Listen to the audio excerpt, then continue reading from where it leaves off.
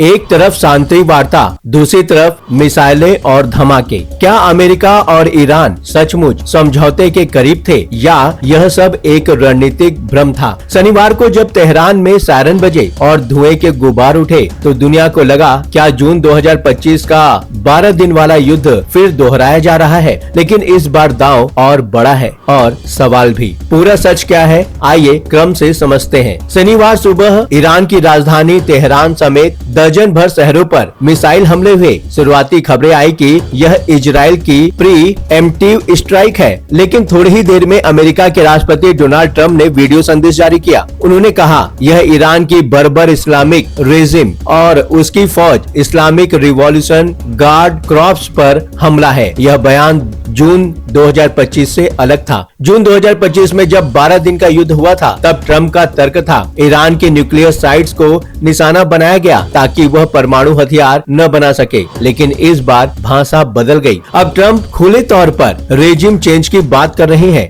IRGC से surrender की मांग कर रहे हैं। यहीं से कहानी गंभीर हो जाती है। विवाद दो स्तर पर है। पहला सवाल, अब अमेरिका और ईरान के बीच जिनेवा में बातचीत चल रही थी, तब हमला क्यों? ईरान के विदेश मंत्री अब्बास अराघची ने कहा था कि ईरान परमाणु हथियार और न्यूक्लियर एनर्जी पर बात करने को तैयार है, लेकिन चेतावनी भी दी थी अगर हमला हुआ तो जवाब मिलेगा। दूसरी ओर ओमान के विदेश मंत्री बद्र बिन हमद अल बुसैदी ने CBS न्यूज से बातचीत में कहा था कि दोनों देश पीस डील के करीब है, लेकिन ठीक इसी बीच मिसाइलें दागी गयी। दूसरा सवाल, क्या जून 2025 वाला ही पैटर्न दोहराया गया? जून 2025 में ओमान में बातचीत चल रही थी। सब कह रहे थे कि समझौता बस साइन होने वाला है और अचानक इजराइल ने हमला कर दिया। अब वही दृश्य जिनेवा में दोहराया गया, लेकिन कहानी यहीं खत्म नहीं होती। अमेरिका पहले ही इस क्षेत्र में अपने 2 एयरक्राफ्ट कैरियर तैनात कर चुका था। USS जेराल्ड R फोर्ड भूमध्य सागर में, USS अब्राहम लिंकन ओमान के पास अरब सागर में। यह तैनाती अचानक नहीं थी, तैयारी पहले से चल रही थी। अब जरा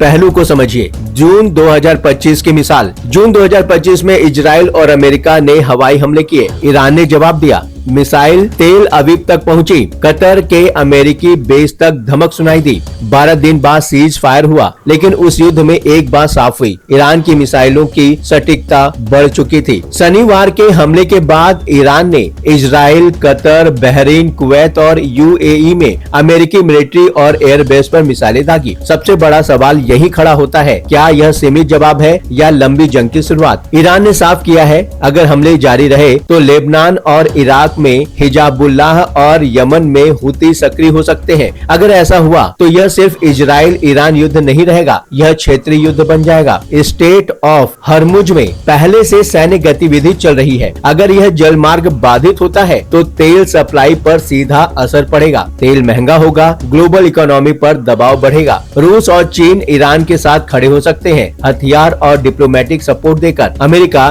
2 मोर्चों पर फंस सकता है। सऊदी क्राउन प्रिंस ने कहा उनकी जमीन इस्तेमाल नहीं होगी। UAE ने भी यही दोहराया। लेकिन अब जवाबी मिसाइलें चल रही हैं, तो तटस्थ रहना आसान नहीं। ओमान मध्यस्थ है, कुवैत, इराक और जॉर्डन मुकदर्शक। पूरा मिडिल ईस्ट अस्थिर संतुलन में खड़ा है। बात उठती है आगे क्या? 3 संभावनाएं उभरती हैं। पहला, लिमिटेड स्ट्राइक्स, सिर्फ न्यूक्लियर साइट और मिसाइल फैक्ट्री निशाने पर। ईरान सीमित जवाब दे, फिर डिप्लोमेसी शुरू हो। दूसरा, लंबा युद्ध, प्रॉक्सी सक्रिय रहेगी, स्ट्रेट ऑफ हरमुज बंद किया जाएगा, तेल संकट, साइबर वॉर। ईरान की मिसाइल रेंज 2000 किलोमीटर से ज्यादा है, पूरा मिडिल ईस्ट कवर हो सकता है। और तीसरा, रेजिम चेंज की कोशिश। ट्रंप ने संकेत दे दिया है, लेकिन यह सबसे जोखिम भरा रास्ता है। ईरान न तो इराक है न ही वेनेजुएला। रेजिम अंदर से कमजोर हो सकती है, लेकिन पूरी तरह टूटेगी यह तय नहीं है। अब बात आती है विश्लेषकों की। यहाँ पर विश्लेषकों की राय